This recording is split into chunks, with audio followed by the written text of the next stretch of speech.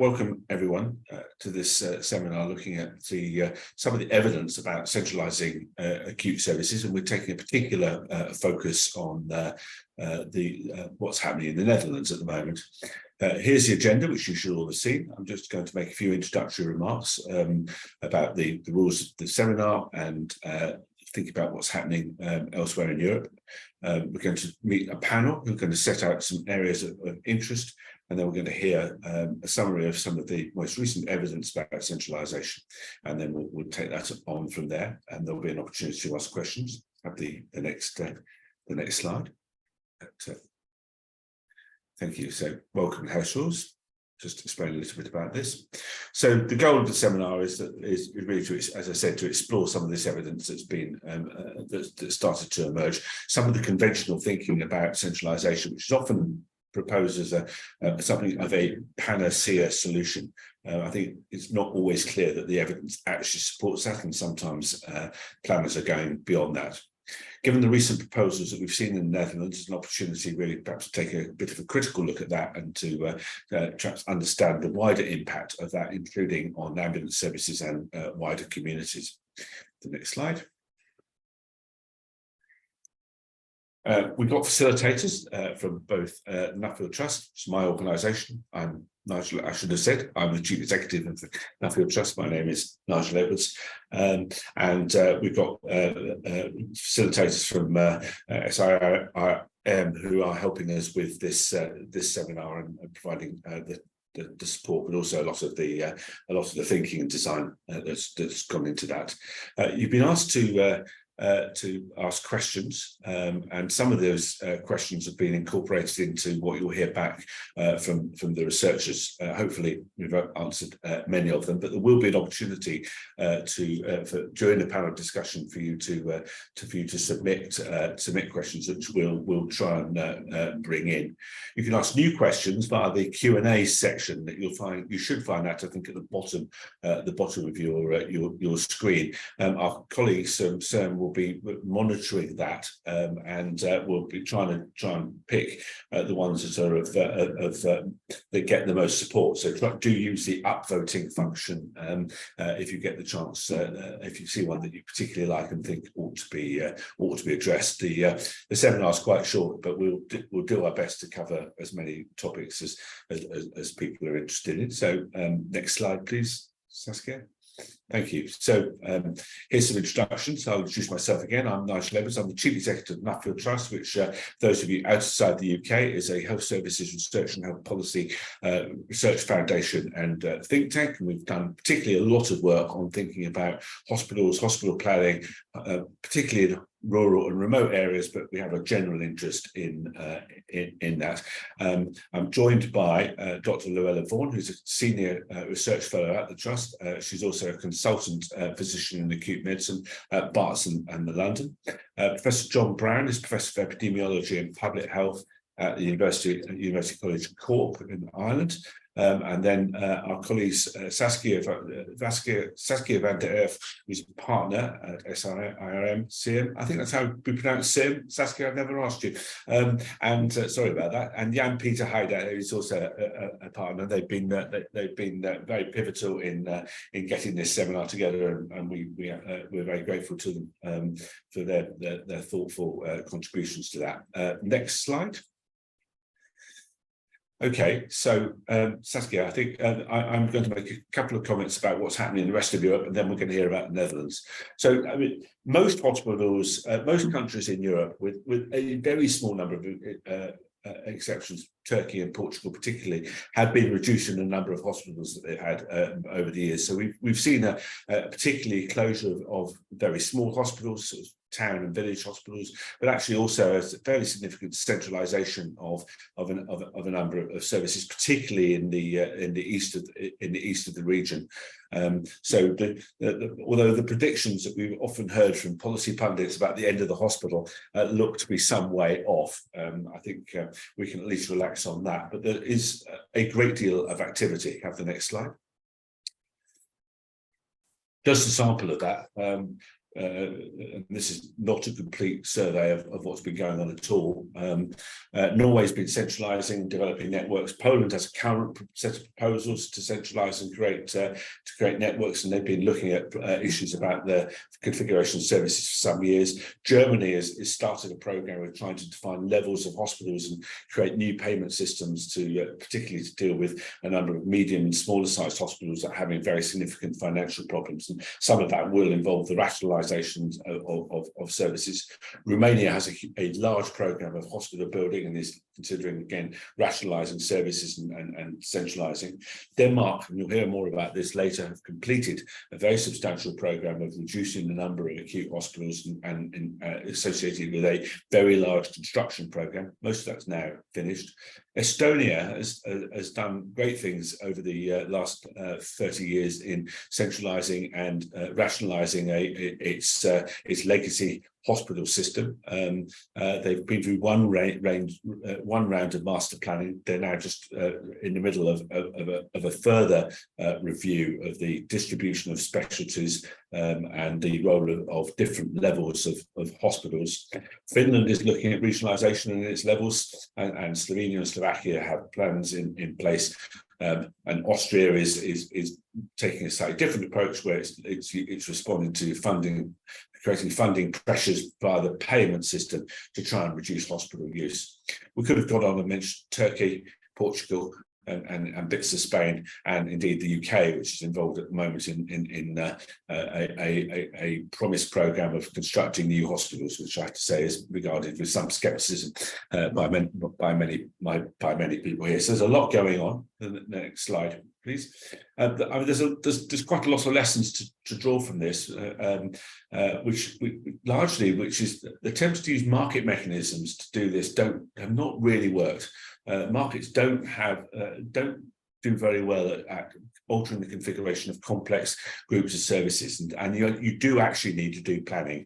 Seems to be one of the lessons I take from this. The problem is, to do planning, you do actually need to know what you mean by optimal, and we'll be exploring that a little later on. A number of the more successful programs have been associated with very large capital expenditure. I mean, partly because any type of centralisation, rationalisation often means the provision of new services in new buildings, and secondly, because the offer of a new hospital is quite a good way to overcome political opposition for things which are otherwise very contentious. And that's why we often find that politicians and their communities are highly sceptical of many of the plans that policymakers and planners put forward. They don't always buy the argument centralisation will improve outcomes. They're much more conscious of the impact of losing a hospital on the communities that they represent, and as a consequence, many plans failed to be implemented. And indeed, the Clausewitz motto that few plans survive contact with the enemy definitely applies in this case. So there's a lot happening. Let's hear a bit about what's happening in the Netherlands, and I shall pass over to Saskia, who's going to talk us through that. Yeah, thank you, Nigel. I know there's quite a lot of non-Dutch participants, so we thought it would be useful to specifically look at the Netherlands. Well, what we see in the Netherlands is that acute care is also under pressure, just like in the other countries, I presume, and that the accessibility is really limited at peak times and outside office hours. And this is actually due to the labor market that is very tight, especially post-COVID. And we also see a demand that is increasing. And then we see also that the complexity of acute care is actually increasing because of the multimorbidity and the cross-domain problems. And what also plays a role is that waiting times for plannable care, they're getting longer and longer. And what we see actually in the Netherlands is that there's a broad agreement that the acute healthcare landscape must undergo transformation. And this is actually why all stakeholders in the healthcare sector, so the patient organizations, national associations of healthcare providers, of healthcare professionals, of health insurance companies, and also government organizations, they have concluded recently a national agreement, which is called the Comprehensive Healthcare Agreement, or ISA in Dutch.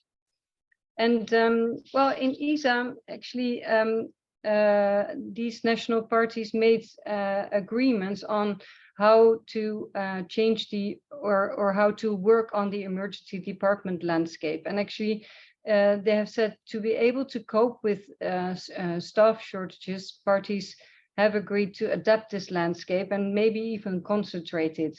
I think it's useful to mention that the Netherlands has 93 emergency departments. You can see the red dots on the map on the right side of the slide, and you can also there see the density of the population in different areas in the Netherlands.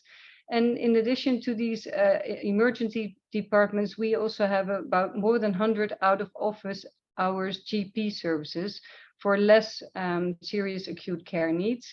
And regarding the ED, it is a national requirement that every Dutch citizen must be able to reach the ED within 45 minutes. And in the ISA agreements, parties have agreed that this 45 minutes requirement will disappear and will be replaced by quality norms. And also that the existing ED quality standards will be enforced more strictly. And also what parties have also agreed in the ISA is that they will create a real-time overview of regional acute care capacity in the Netherlands. Looking then at the quality of specifically complex care, parties have agreed in ISA to focus on adherence to quality standards. So in the Netherlands, there are about 15 designated trauma centers that treat polytrauma patients. Then we have about 15 designated hospitals for interarterial thrombectomy and 30 for percutaneous coronary intervention. And what we observe is that partly because not always recognizable, of course, in pre-hospital triage, patients are regularly taken to non-specialized centers.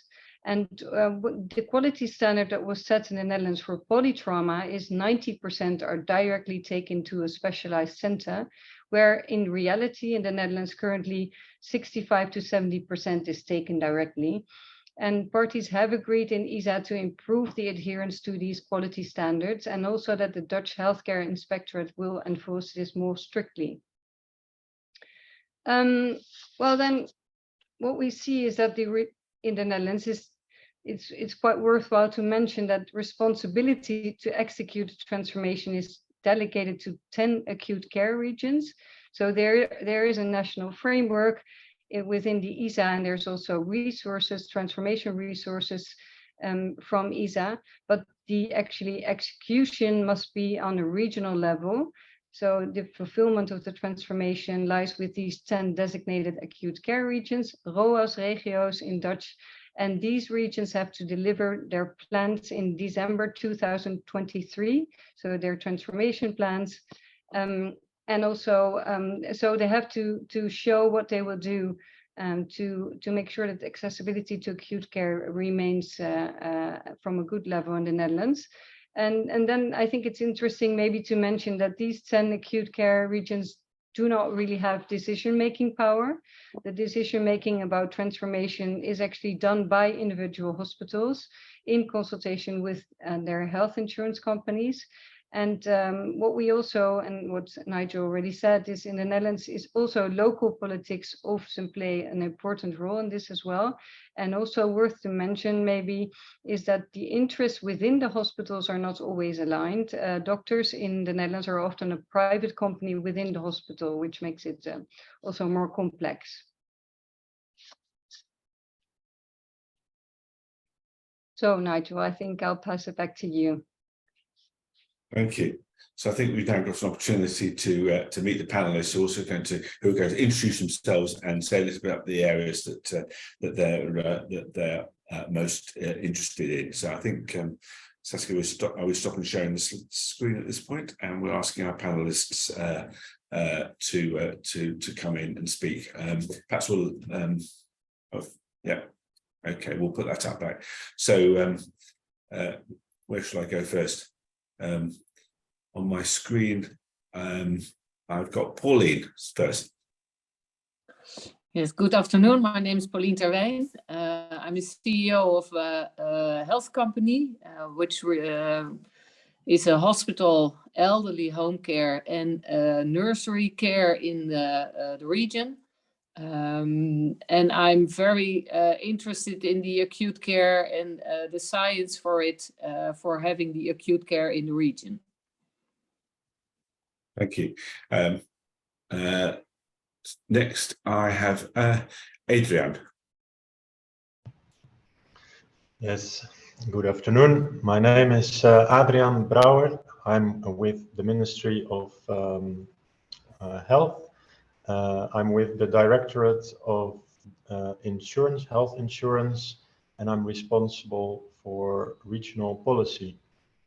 So my key points of interest today are mainly, well, I don't think centralizing acute care in itself should be a goal, but I think we should look at the whole chain, at so how to integrate everything towards a seamless chain. And my other point of interest is how can we get inhabitants of the regions and the patients of the hospitals participate in our policy making and get their commitment and ideas. Thank you. That's very helpful. When you talk about chain, just to be clear, you talk about the sort of the pathway as opposed to sort of organisational network, or both. No, more the whole path, the organizational network. Yes, definitely. Yeah, thanks. yeah. Okay, Lee. You can hear me? Oh, yeah, I can hear you. You can't see you. But... No, I have a little problem, I believe, with the connection. We never use Zoom. We always work with Teams. So I'm now on an other computer. But I will start. Yeah, my name is Leen Goemans. I work for a health insurance company. Silver Cross is translated. We are the largest health insurance company in the Netherlands. And I'm responsible for the procurement of care, including hospital care, general practitioners, elderly care, and mental ill care. I do that in the Northwest Netherlands. Amsterdam, for instance, is a big city there in this region. And we try to purchase care in the region in a more cohesive, comprehensive way. We are as intended in the ESA.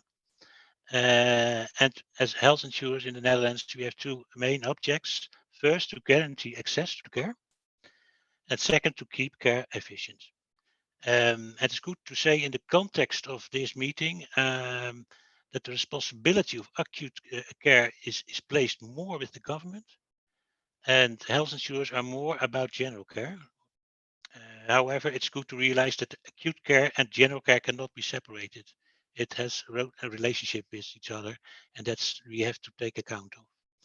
Our main challenge is, of course, keeping guarantee the access of care. That's a big problem now in the Netherlands because of the shortages of labor. Thank you. Yes. Thank you very much. Yes, the final panelist, you're probably going to have to forgive my pronunciation, but is it Witske? Witske? Witske? Beg your pardon. You do very well, Nigel. Thank you. Thank you. Good afternoon. My name is Rijland, indeed, and I trained as a general surgeon and worked as a consultant in surgical oncology for 12 years. And now I'm co-CEO of the Maastad Hospital. It's a large teaching hospital in the southern part of Rotterdam. And in our area of care, there are lots of patients under great socio-economic pressure. They have low mobility and a lot of debts and other problems.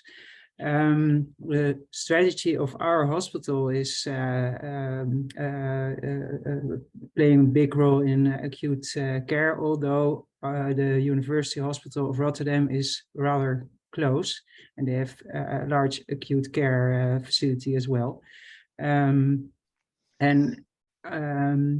The thing I'm thinking about a lot is, are we solving a quality issue or are we solving a capacity shortfall? So how should we define optimal acute care for our citizens who have a quite specific profile in our part of Rotterdam? Yeah. Yeah. Are there any particular specialties or areas of the hospital activity where you think this problem is most pronounced and most difficult?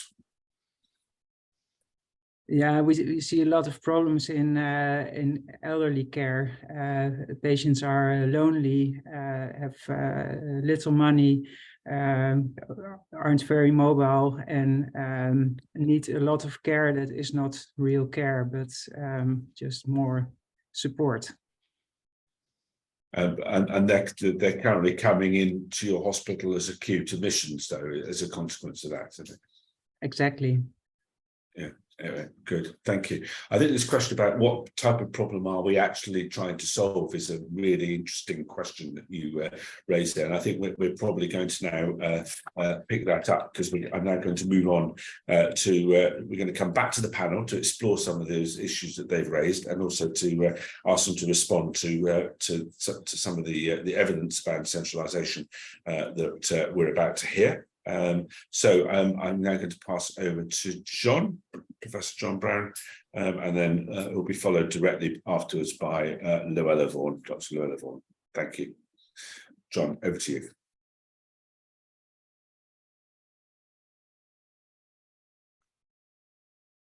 Hello, you can hear me okay? Great. Well, good afternoon, everybody. My name is John Brown, and I am a Professor of Health Services Research at University College Cork in the Republic of Ireland.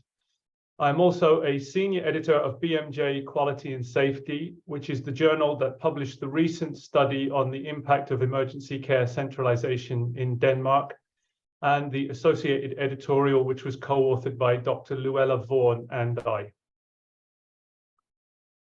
So here in my talk, I will review evidence on the whole population mortality impact of urgent emergency care centralisation.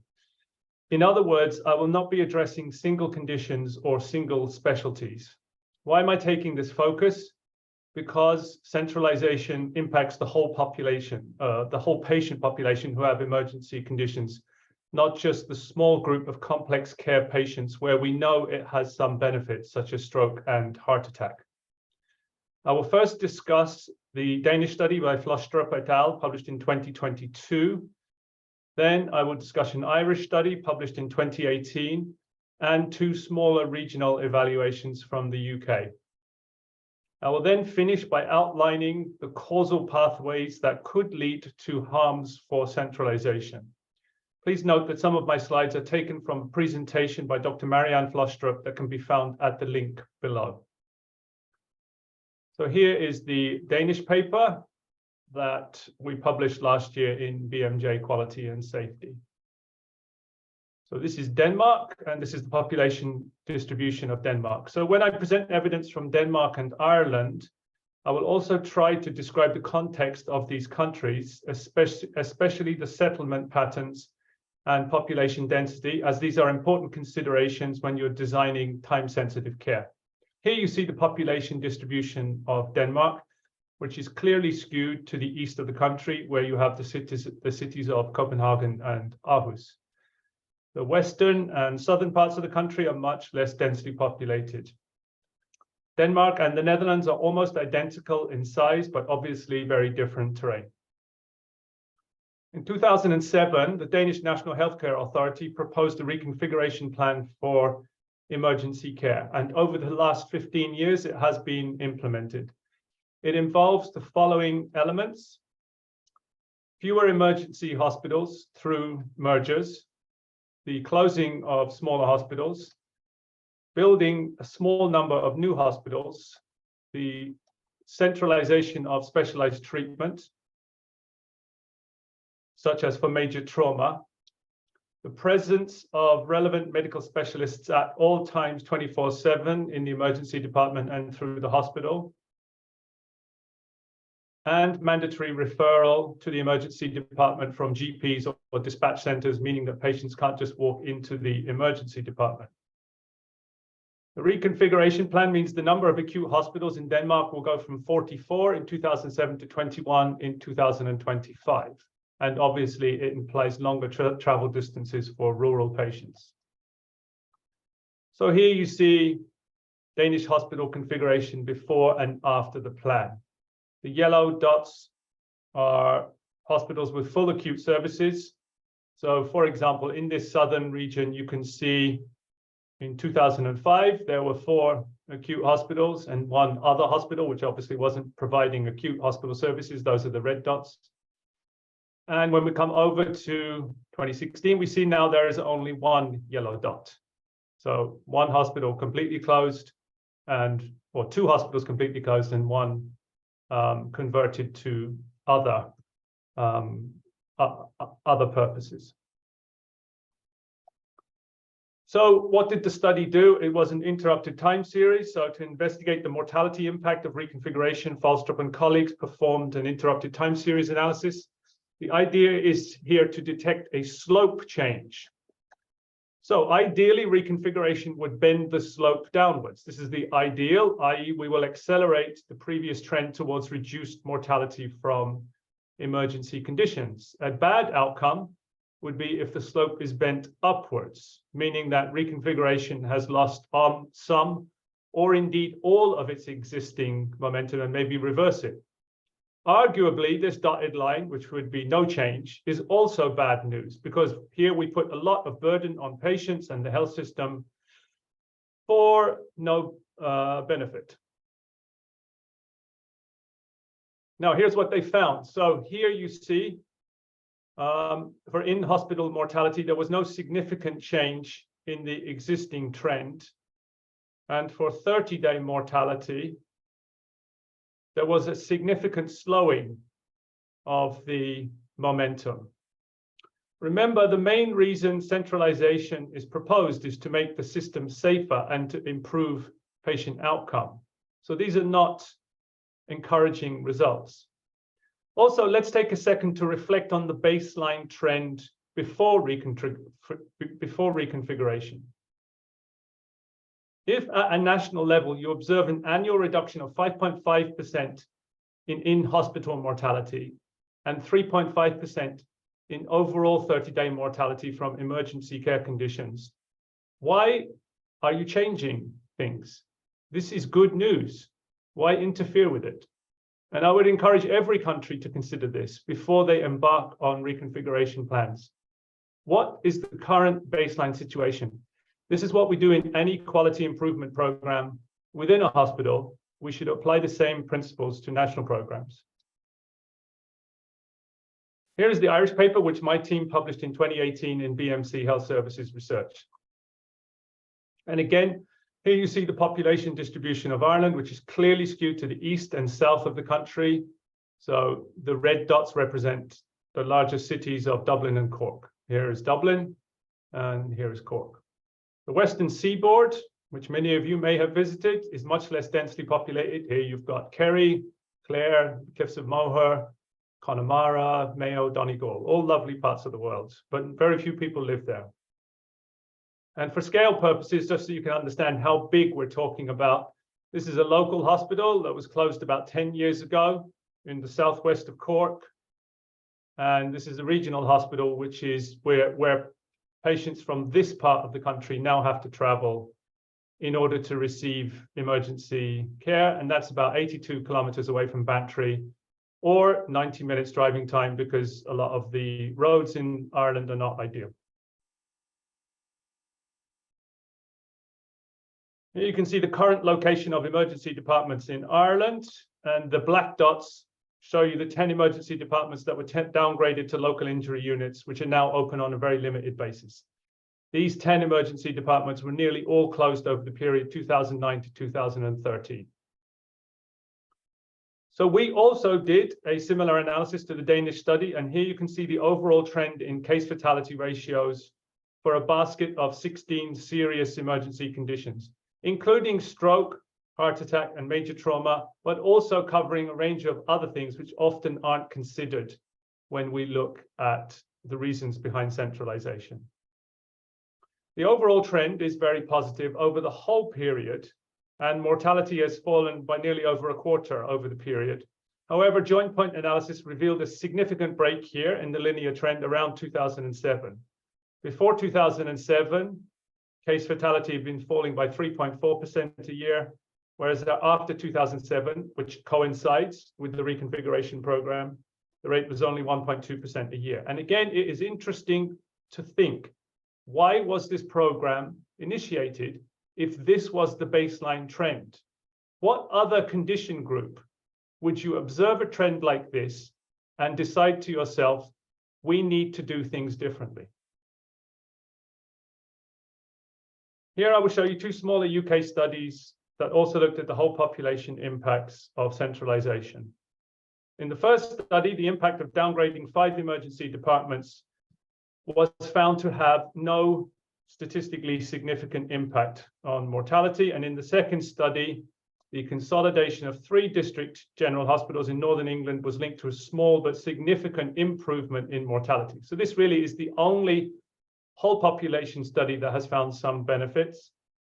And I will say that this study has some limitations in how they dealt with prior trends in mortality. So it doesn't really account for trend as well as the other studies. So now to finish, I'll talk about some causal pathways. So why is it that it seems as though the benefits of centralization are not as encouraging as we had thought?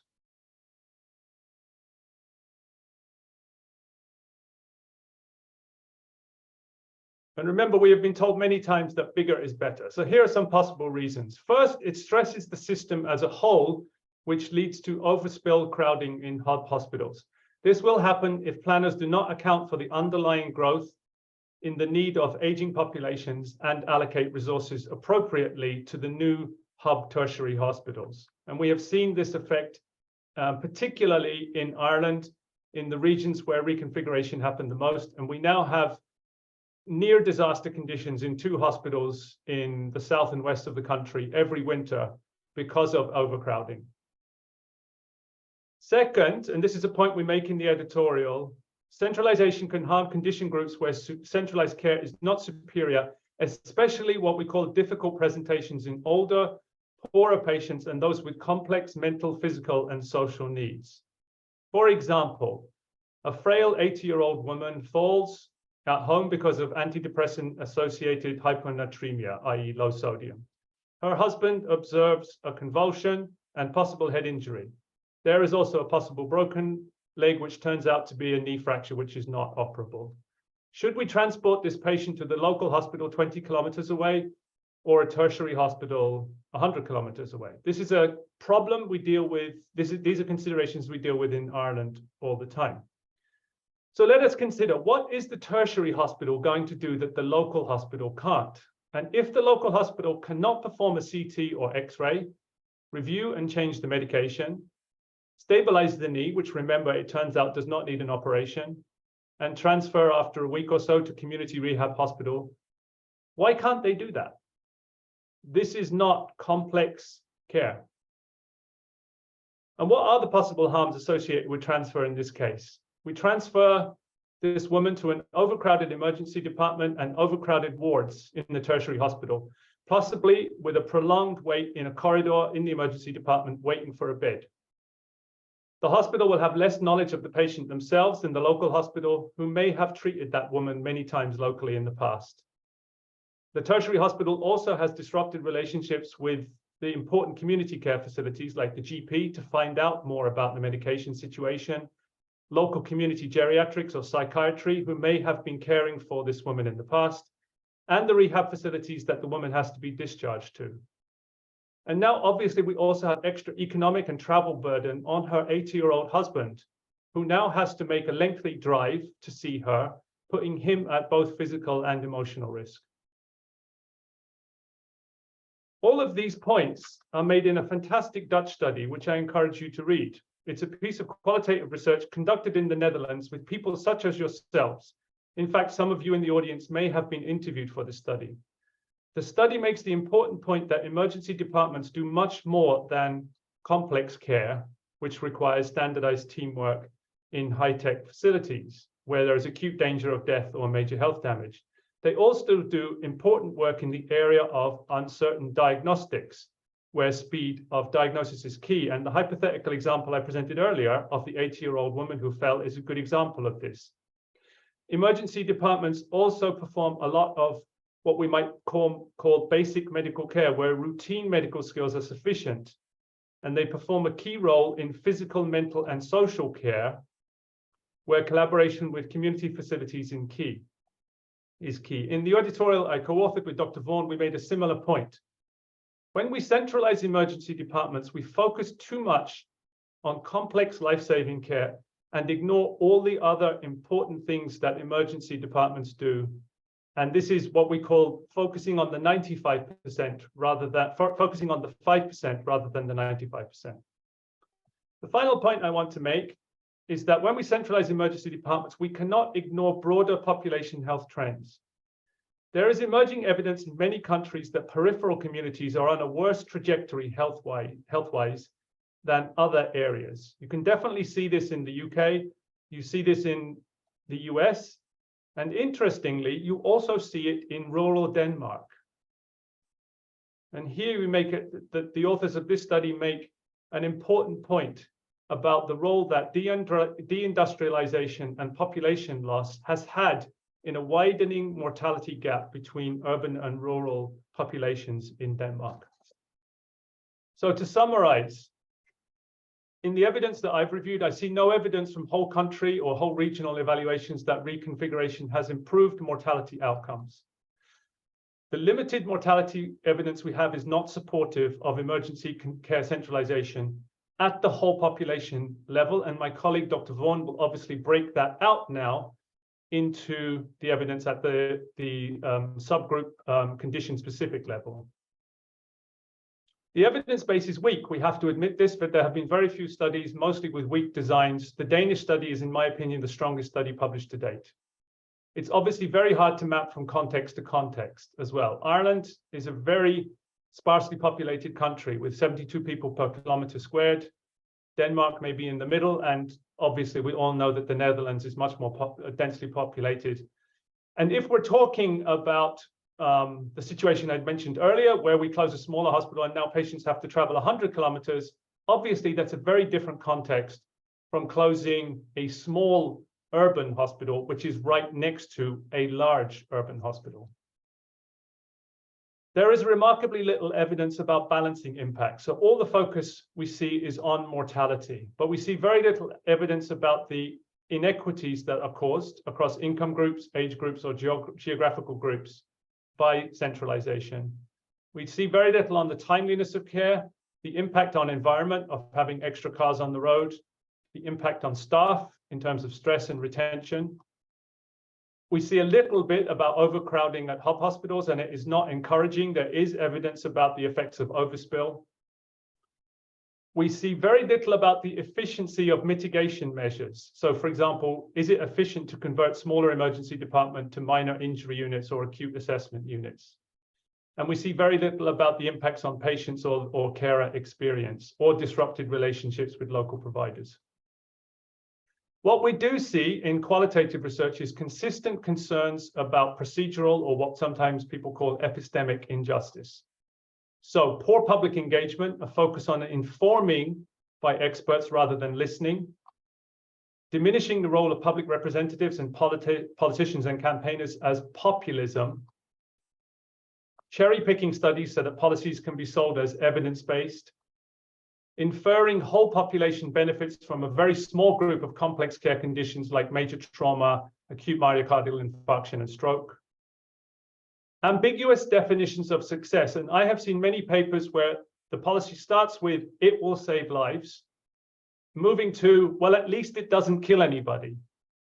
And you can see here, well, if that's your goal, just to avoid killing people, let's just stick with what we've currently got. And then a lack of candor about the historical decisions that led to the impetus for centralization. For example, why do these smaller units look the way they do? Why are they staffed the way they are? Someone made decisions that led to that situation. And then a lack of transparency sometimes about the role of vested interests, for example, medical schools and professional bodies behind the scenes in the decision-making process. And then a lack of accountability and a plan B in the case of failure. And that's all I have to say. Thank you very much for listening.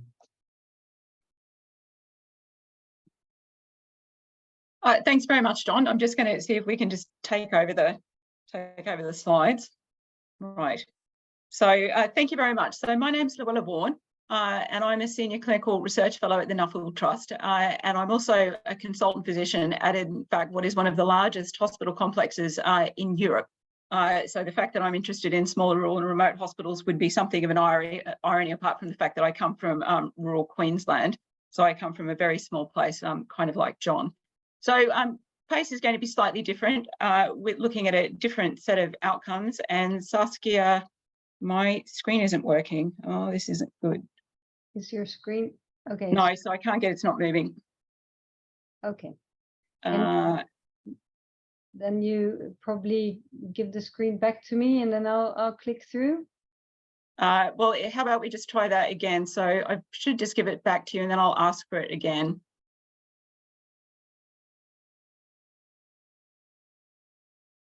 Yeah. Right. Right, so I've clicked. Yes, it does work. Right, there we go. Okay, so I'm going to fill in some of the gaps. So John alluded to the fact that there are arguments made for reconfiguration for highly specialist services, and then there's issues around staffing, and then the evidence for some of the other impacts of reconfiguration that are not talked about that well. Now, the evidence here is partial, it's not great. And so I'm going to take this as something as a canter, but certainly for the smaller sets of services, there will be themes emerging. So firstly, there is no strong evidence that surgical outcomes are necessarily worse for smaller hospitals. There is ample evidence for this across multiple jurisdictions.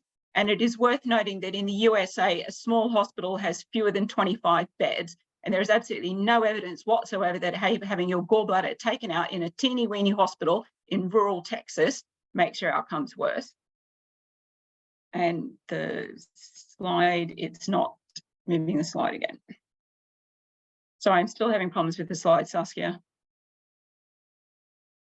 Try using the arrows, Luella.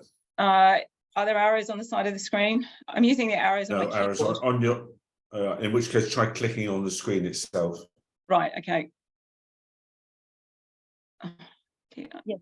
Oh, there we go. Right, Yeah, okay, that's clicked on something, and except it's now skipped 2 slides. Sorry. Right, so there is some evidence that, improving outcomes for urgent specialist surgeries for things like if your aortic arch is ruptured, or you have had some other major cardiovascular catastrophe, that whipping you off to a specialist service which deals particularly with these things, there is some evidence that this improves outcomes. However, there is no real evidence for the centralisation of emergency general surgery per se. And the Nally paper that's there, it found that although the best outcomes for emergency laparotomies are in high volume teams in high volume hospitals, the next best outcomes were for high volume teams in medium and low volume hospitals. The worst outcomes were for low volume teams in high volume hospitals. So there is something about individual surgeon, the amount of time that your surgeon spends at the table doing what it is that they do, that makes the difference to the outcome, not centralisation per se. And sorry, just trying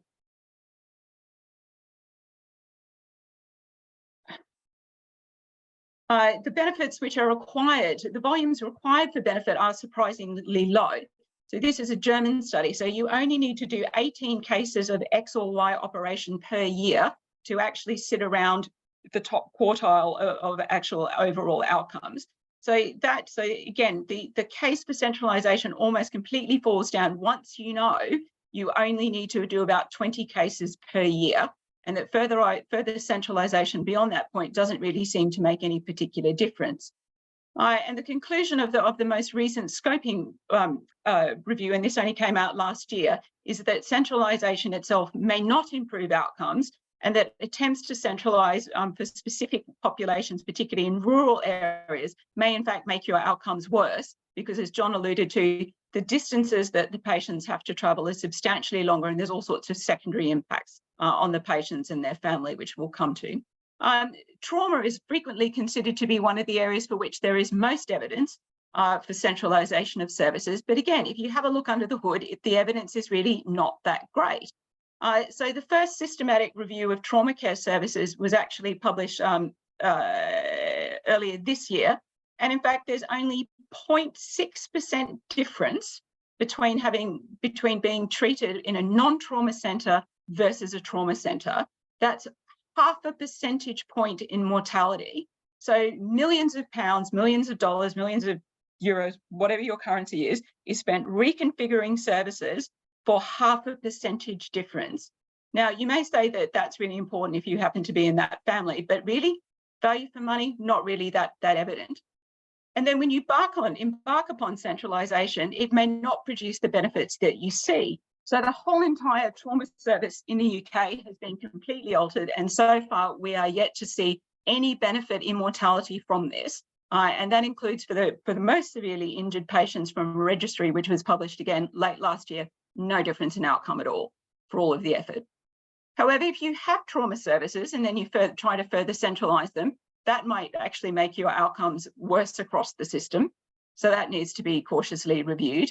And then the problem of actually removing services and actually having holes in your coverage, you can have much higher mortality for that. And that also applies in very, very urban areas. So there are places, for example, in Detroit where hospitals were closed, trauma services were closed, and actually the mortality in those areas becomes much, much higher still. And it's also the same across the whole of the USA, where there are gaps in coverage, where there are longer distances for people to travel. These are places where people are much more likely to die if they are injured. And centralising trauma services, as John alluded to, may in fact have a range of negative impacts. And this is quite clearly being seen in the studies which have been done of the changes to the English trauma service. So there's now overcrowding at trauma centres. You get loss of skills and loss of staff at non-trauma centres. So that's particularly the case, not just for trauma surgeons, but also for emergency physicians. Emergency physicians, you know, they're adrenaline junkies. They want to work where the action is. And so it's much harder to recruit at those hospitals. Patients are further away from home. This creates problems with not only their follow-up and discharge, but actually family support and rehabilitation while they're actually inpatients in hospital. And other urgent specialist services, well, I think you can see a theme that's emerging here. So stroke, the overall view of this, both from England and from Germany and from other jurisdictions, is that unit quality is probably much more important than centralisation. Maternity, high quality, smaller units are much safer than patients travelling long distances. And I think this is particularly important for me because I think this applies to the arguments around centralisation as a whole, is that closing a service shifts the risk from the system to women, patients and their families. And we have to ask ourselves whether, in fact, this is really acceptable. Is it really acceptable to risk shift in doing this? There is no question that you know, reconfiguration, centralisation of services works for MI, but we can't then assume that this works for everything else, because it just doesn't, as we've seen even through this very quick canter through the evidence. So as I said, some evidence for key conditions, it's not that good, but those key conditions, stroke, trauma and MI, only account for 1% of all ED presentations. And then when you take into account all acute surgery, that's still less than 5% of all of the work that the emergency department / hospital does. So why are you making massive changes for marginal improvements in mortality, 1%, 0.5%, maybe 3% for stroke? It's not great, or none, when actually 95% of your patients don't benefit. Tail wagging the dog. Right. So we're going to have a brief chat around reconfiguration and staff. Now, frankly, the evidence for this is not great of what happens to your staffing, but the evidence that is there is really quite compelling. So when services close, when hospitals close, slideshow. When services close, when hospitals close, staff leave. They may not give up their licenses, but they certainly leave the area, and frequently they leave the system. So people who are going to retire early, they don't find another job and continue on. And this applies not just to rural areas, but also to tight urban areas. This has happened in Chicago, and it's been tracked to happen several times over a period of about 40 years in New York, including during what happened to staff during the pandemic. They don't go to the next hospital, even if it's only a mile away. They just leave, they go. The staff that do move are unhappy, stressed and sick and unproductive, not just for a little while, but for years. And in fact, Carol Potter, when she looked at hospital mergers that occurred in the UK back in the Blair Brown years, this was one of the reasons that was given for merged hospitals actually not realising the productivity gains that had been hoped for. If you're making staff move a hospital when they don't want to, makes them unhappy and they're not going to work as hard for their new employer. Now, and this brings me to a really interesting point. So there have been, the discussion around this in the Netherlands is around staffing, and we are facing massive problems with staffing for a whole series of reasons. There are generational shift, we have inflexible regulations, we have failure to understand evidence around working in context, we've got people having stress responses and so actively defending against work, and then we've got the great COVID, the great post-COVID leaving. But running counter to that, so these are all reasons why we have fewer staff, and the staff that we have actually just don't work as much as they used to. Shoot me later for saying that. But at the same time, over the past 2 decades, for reasons of safety, the solution to almost every problem in medicine has been more staff. Well, we're at a point now where we can't ask for more staff, we have less staff. And so the question becomes, how do we do safely what we do with the staff that we have? And the simple fact is that the rules that we have applied for the last 20 years no longer apply any longer. And we're going to have to think very, very hard about how we solve this. And closing a hospital to supposedly solving a staffing problem, when in fact closing the hospital might make your staffing problem worse, that doesn't seem like the right solution to me. Other impacts of reconfiguration, ambulance services. Well, no one really talks about this. Closing a hospital just shifts a burden, not just from the hospital to the patient and their family, but to the ambulance. Ambulance services spend more time on the road, an increased number of incidents. There's a trend, a non-significant trend towards increase in mortality, longer waiting times at the remaining units because you've got more ambulances going to them and they don't have any more staff. You've got overcrowding, so that means your ambulances wait longer. Your whole service is less efficient and it's also substantially more expensive. Closing hospitals creates deserts of care. It's all great to say that you're going to leave residual services in place. There'll be an MIU, there'll be outpatients. Well, the simple fact is once your emergency services go, the reasons for your hospital goes, and over a period of time, it might not be today, but over a period of time, your hospital dies, then your GPs leave, and then there are what we call deserts of care where there is no care at all.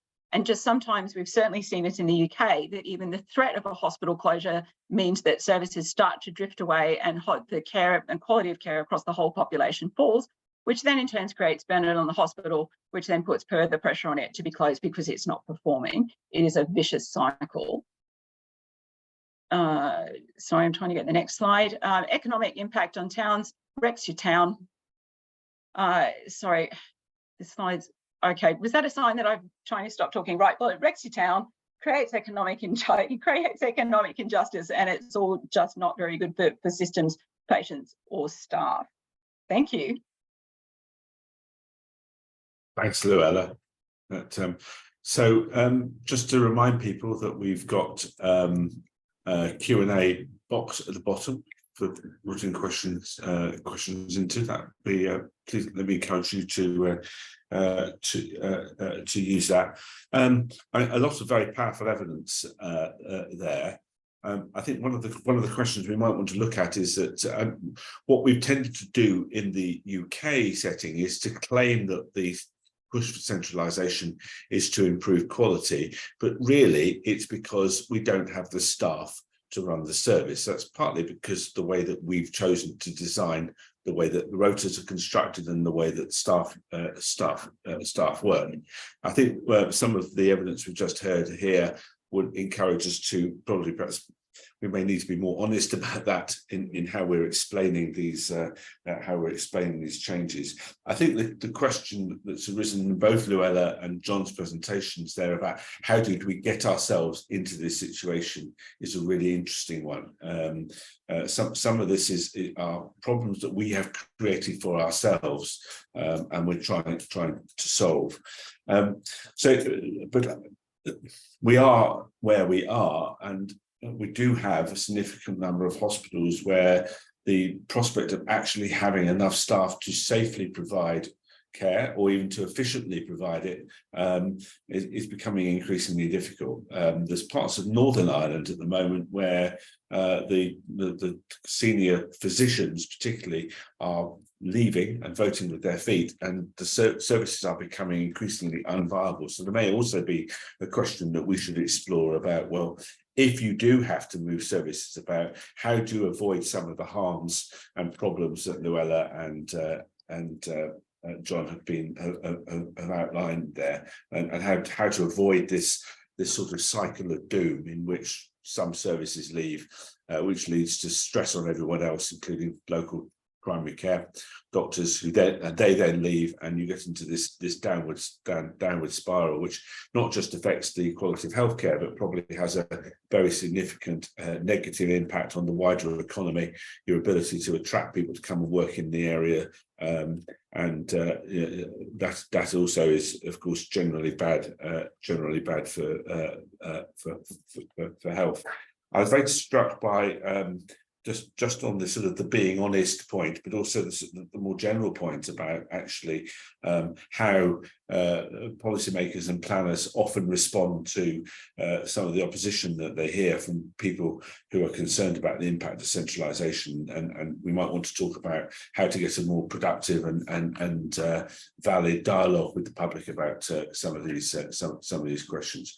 So if I can encourage you to think about questions in the from the audience and put those in. I'm then perhaps come to the panel and perhaps ask them to reflect on what they've heard, and in particular perhaps focus on this question of where, given what we've heard, what do we do in situations, which I think is particularly the case as we've heard in the Netherlands, that we may have to make changes driven more by pressures of staffing.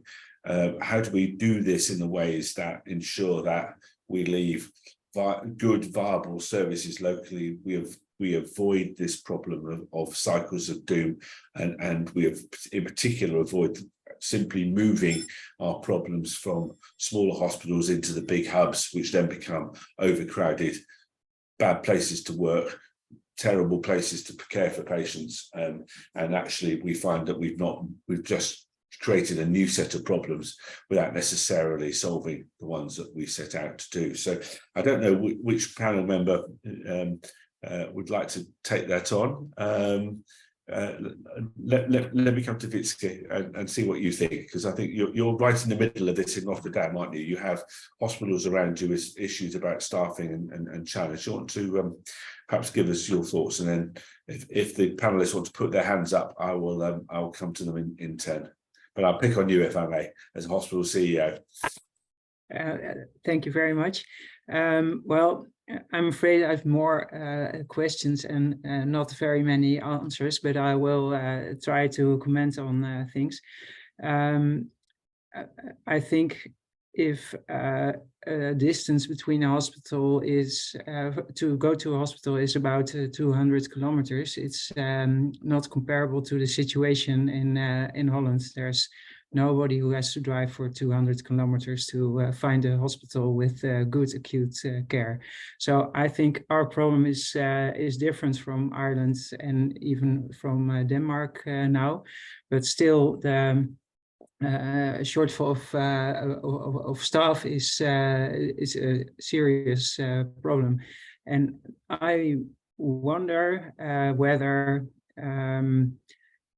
something can be done in the acute care that's really specialized to maintain that on a high level with traveling staff. Is there any evidence on that?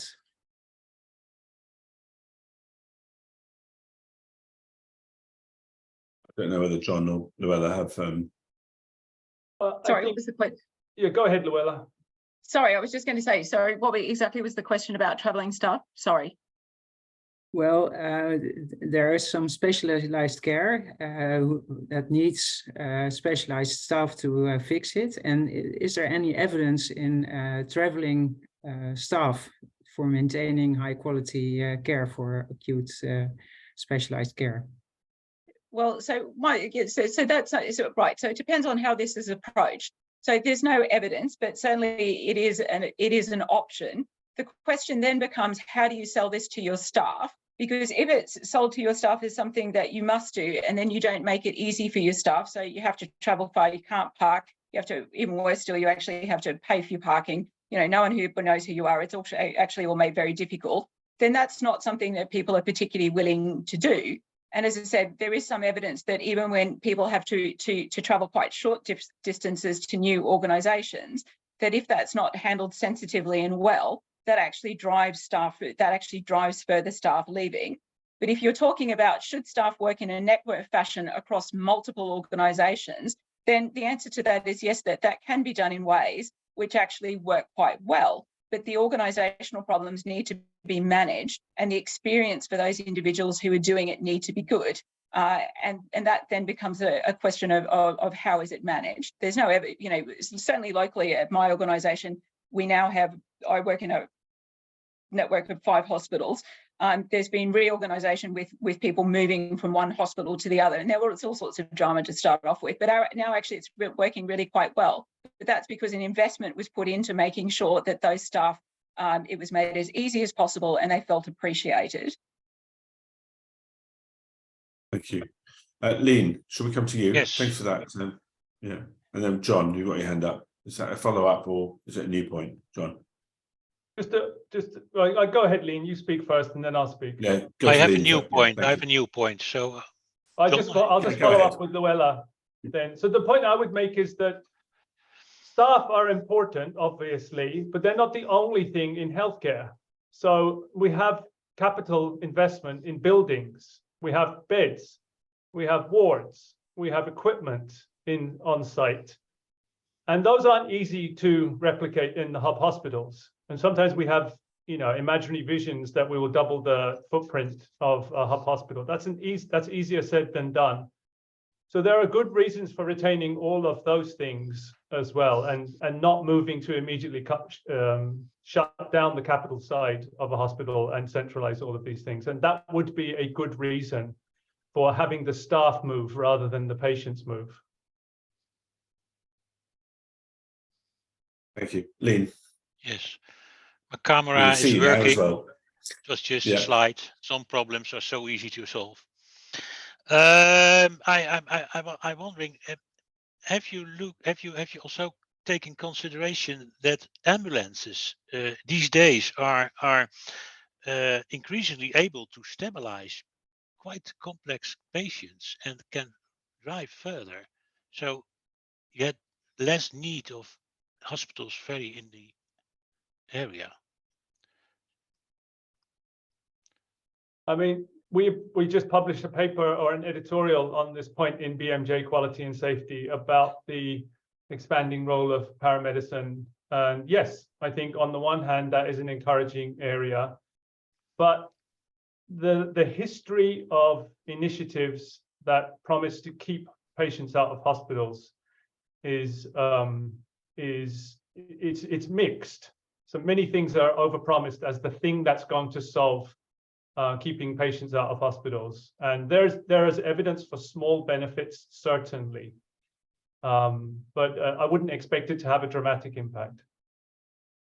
I suppose the other issue, John, is that again, it's back to this question of what are we focusing on the sort of 2 to 5% of very severely ill patients who need very high tech care, and then perhaps forgetting about the fact that actually we still need a wide range of skills to deal with everybody else. And if you de-skill the basic, if you de-skill the hospital's ability, then you get back into this downward spiral of being able to care for the more routine, but still, you know, the people who still need expertise. Pauline, you had your hand up, but it seems to have gone down. But let me come to you anyway, if I may. Yes, thank you. I'm very glad with these outcomes, because the discussion in Holland always goes about lack of personnel. And in my situation, we are 25 kilometers far from a trauma hospital. It's driving 3/4 because it's in the middle of a town. And we see that that big hospital says, well, all the acute care you do in your hospital, we don't want that in our trauma hospital because our personnel won't work in the big hospital. They are inhabitants of our region. They know the people who are coming there, but they are also the security for the GPs and for the nurses at home for having discussions about what to do with the elderly at home, because you don't want them in the hospital. You want to have your insights to the GPs and the nurses at home to help the patients there. So what one of the persons said, it's very important that you look at the person in the whole system and not only for the acute disease. So I'm very glad. Thank you. Shall I come to Adrian? Would you like to reflect on what you've heard? Yes, thank you. Well, I think it underlines that that it's very important to look at the specific situation of actually the hospital and the staff and the region. And I wonder if there is also any difference between the sort of acute care. And actually, I cannot underline enough that, I mean, centralizing in itself is not the goal of our policy.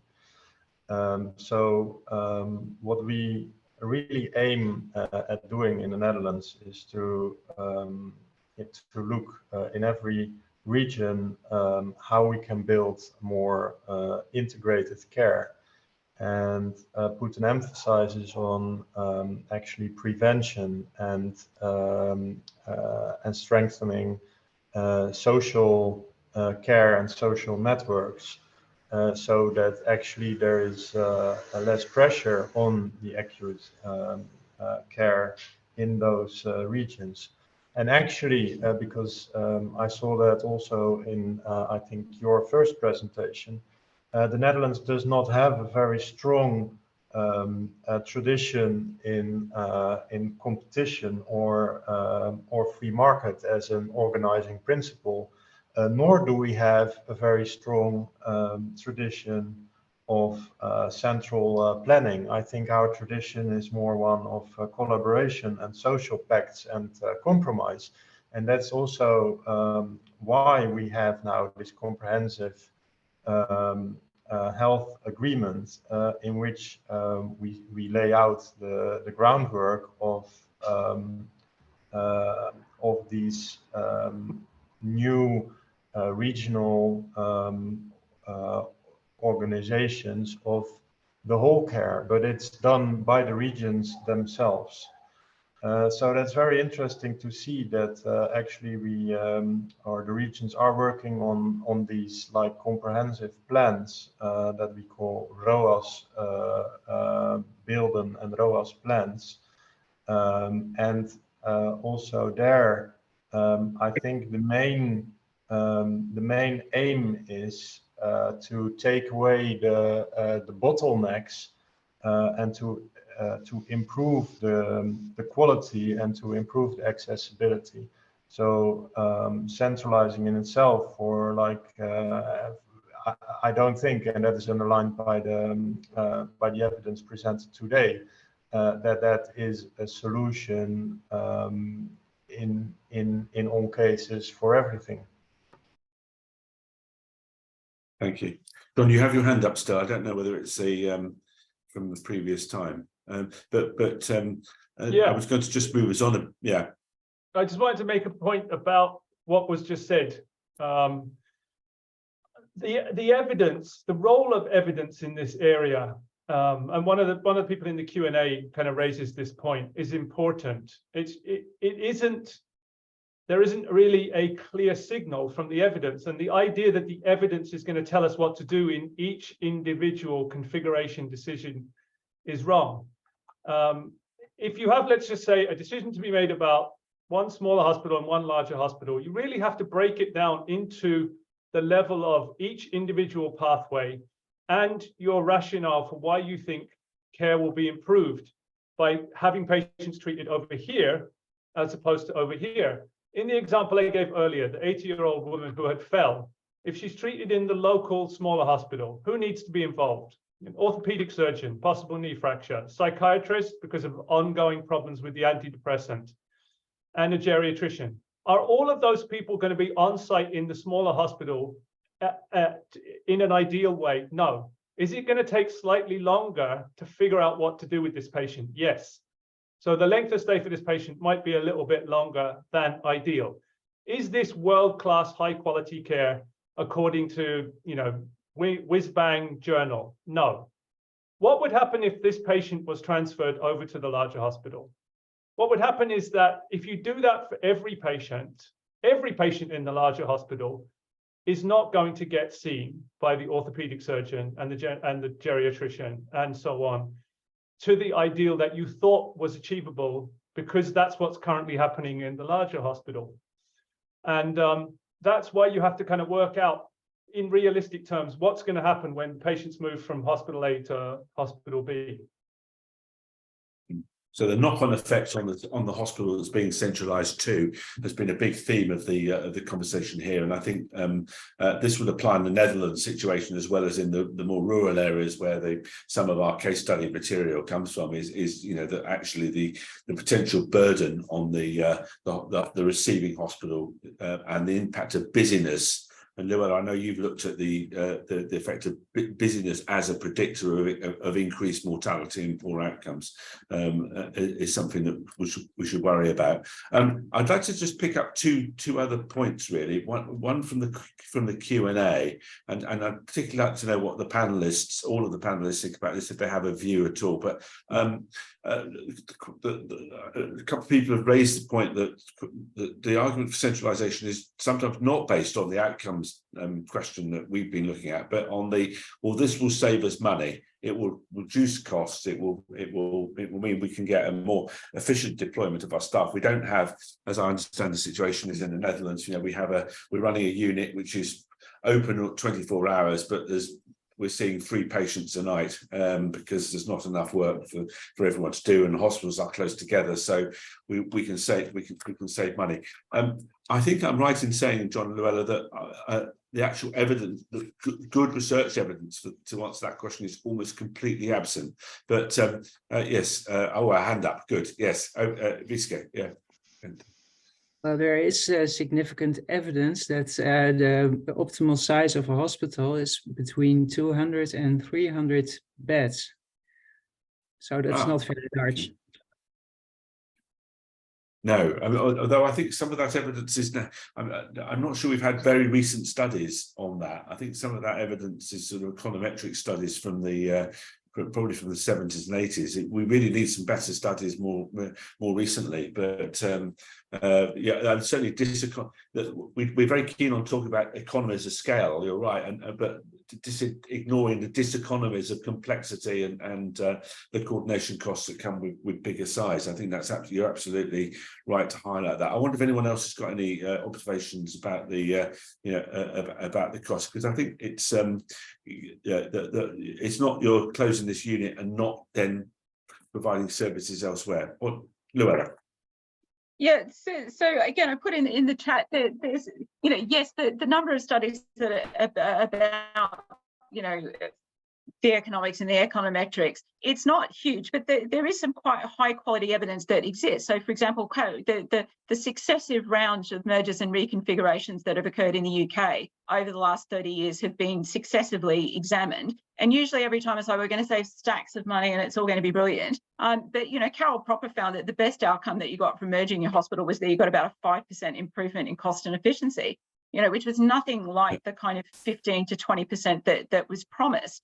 And there was a paper published very recently by Millbank Quarterly, which was both a review of the previous evidence and of current rounds of mergers that have occurred in the USA, particularly across Pennsylvania, which just said, whatever you think that your economic outcome is going to be, whatever your reason for doing it is, solving staff shortages, position alignment, efficiencies of scale, synergies, all that kind of stuff, doesn't actually make anything better. And frankly, it might make things for your community actually quite a lot worse. And there's a reference for that that's in the slide set. And you know, for those who haven't read it, it's an absolutely fantastic article to read anyway if you're interested in this. But there is no evidence you think it's going to do, particularly around money. Now, the staffing thing is new. No one Luella, I think you may need to turn your camera off. Closing hospitals on the scale that we have, or the proposals that we have for issues around staffing. We are in completely uncharted territory around this. The rolling closures of hospitals in places like Canada because there are no staff. That's never happened before. It's never happened. So we are in completely uncharted territory internationally about the impact of staffing on hospitals. And I think we're going to need to urgently rethink this, because the solutions are ones which actually may not be very palatable. Thank you. I mean, I think that responds to some extent to a question from Phil Clare in the chat about the what's the baseline, and perhaps I've just asked John and Luella to have a quick look in the question and answer session, see whether there are any questions that you could answer directly by typing the answer. But there's a really interesting question about what the baseline is. Pauline, you had your hand up there again, so come to you. Yes, when you talk about costs, it's not only looking at the question for treatment in acute care. When you look at the problem we have now, then it is that if we do nothing for prevention, the question for acute care will increase enormously. So what we do in our region is not only looking for what can we do to have the care more at home, but what can we do in prevention for young children raising, all the people who are working now. Because if you don't involve them in what we have to do for next generations to behave well, it's not behaving, how do you say? Staying healthy. That's where we have to focus, and not only on concentration of acute care, because that's at the end of the line and you have to start at the beginning. Thank you. John. Just to respond to a question in the chat from Martin Vernon, where he asks, how do we make compelling counter arguments to positively impact on the adverse trends you highlight? So basically, how do we influence policy when we have these concerns? My concern always, I work in a large academic medical center in a city, and my concern is always, how do we influence from the inside? So where are these arguments coming from? These arguments often do not generate from ministries of health or from departments of health, or even from top-level health system management. They often come from large academic medical centers or from specialties. So what you will see is the intensive care specialty, the anesthesia specialty, the surgical specialties. Emergency medicine sometimes plays a role in this. And I think if we can get our arguments into those organizations and have them presented and heard fairly, then a lot of the energy that comes from those influencers will change positively.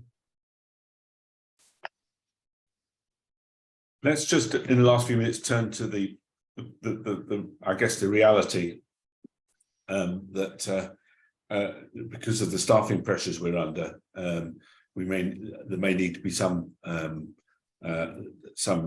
closure of units and some centralisation of some types of work. And we've heard some of the hazards on that. Just think about some of the mitigating measures that we, and how do we minimise some of the harms here?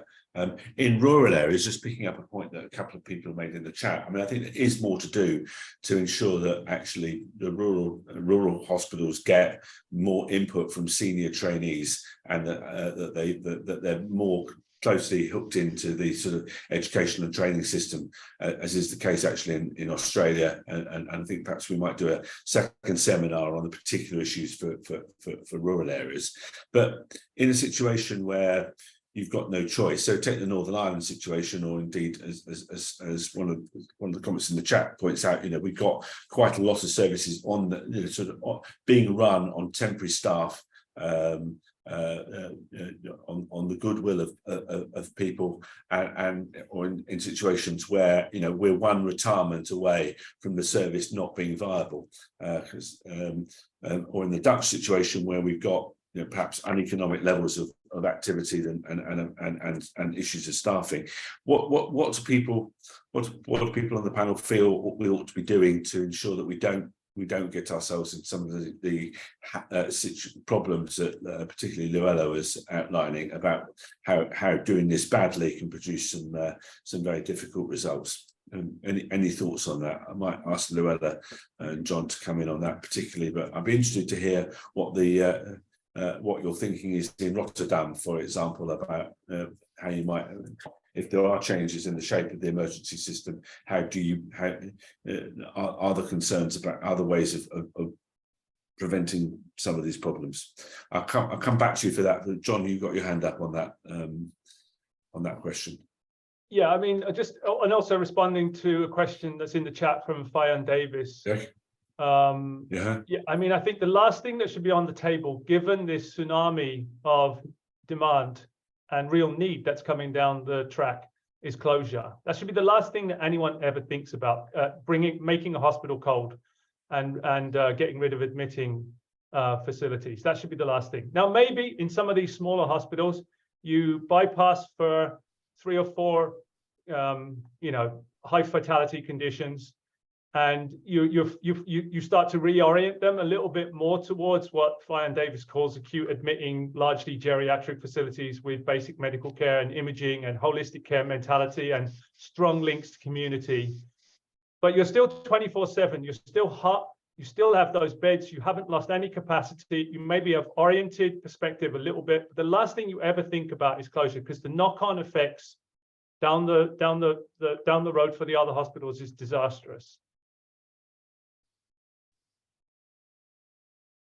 So what about so sometimes a solution that's talked about is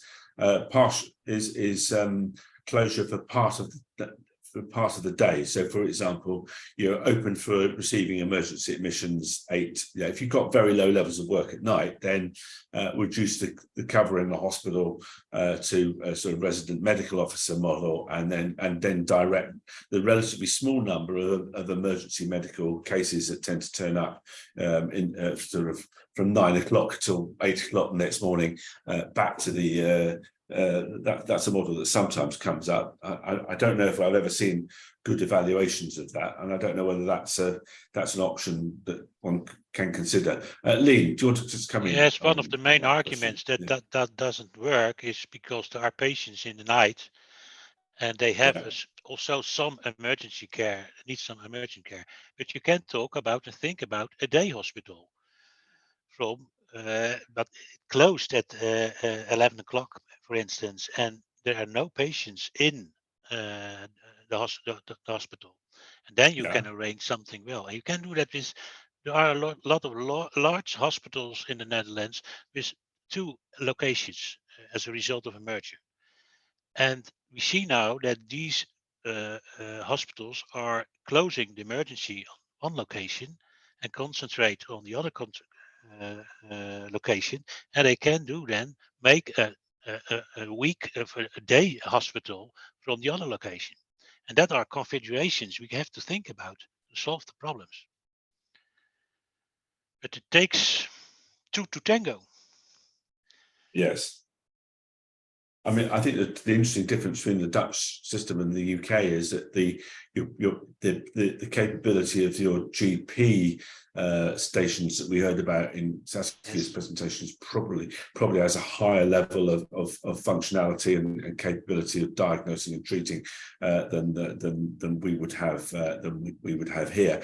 We stripped off all of those ambulatory type of medical presentations, then what you're often left with is probably the more complex and difficult to manage. Any other thoughts on this this question of minimizing the impact if changes does need to happen? And we'll make this the last round of comments because I think we're nearly out of time. I'll just again encourage our panelists, if they want to respond to any of the questions, either by typing the answer or just picking them up now. And now it's a good time to do that. Yes, Visca. Yeah, it starts, as Pauline already stated, with good preventive measures. Then we need strong social care, then strong primary care and integrated acute care. That's the only way the hospitals will survive and provide the care that only hospitals can provide in this system. Yeah. Now, I'm very interested by, we've had several contributions of people actually thinking about this problem not just as a hospital problem, but as a whole system problem where we need to be thinking about the whole pathway. Pauline. Yeah, that's just what you say. It's a network problem. It's a problem of the community. What can you do to look at each other, to provide healthcare? It starts at home, it starts in communities. And we see that by the way we do that in our region, we have 9% less people to the acute care about 75, age of 75. So it really matters that you look at in the whole system and not only in the acute care. And imagine that our acute care would not be in the region. The problem would be that the GPs and the nurses at home would send earlier patients to the big hospital because they don't have the trust of having an acute care in our region. So it's really the system what works and not only the concentration of acute care. My employees never would go to work in another hospital. They say, then I leave the care and I will do something else. Yeah. Very similar to what Luella was saying. Thank you for that. Yeah, really interesting. Any other final comments or thoughts that we should have said and haven't? I will try and, in which case I will try and summarize. So I think one of the things we've heard here is that actually the maxim first do no harm might be applied intelligently here. I'm very struck by the need to think whole system, to be very clear about what is the problem you're trying to solve. And actually we may be solving a staffing and transport problem rather than a quality problem. It's difficult to base some of the arguments, I think, is in the way we have been doing purely on quality, but there may be other reasons why we're being forced to centralise. But in doing that, then some real care about understanding the potential knock-on effects, minimising the harms that can be created by overloading the central hub of your system, thinking really carefully about what the staff are likely to, how the staff are likely to respond to some of these changes, and being really sort of being a bit cautious about how we go about the planning in this area, and to think, just to return to the first point I made, to really think whole system about this, and in particular try and avoid simple solutions that may actually cause more harm than good.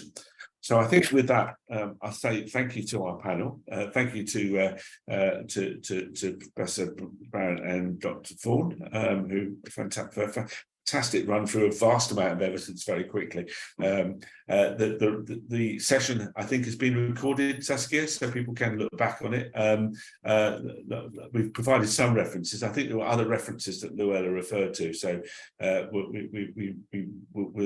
think we may be able to make those available if people are interested. Yeah, we'll make a small report that we can share. Yeah. So thank you, everyone, and thanks to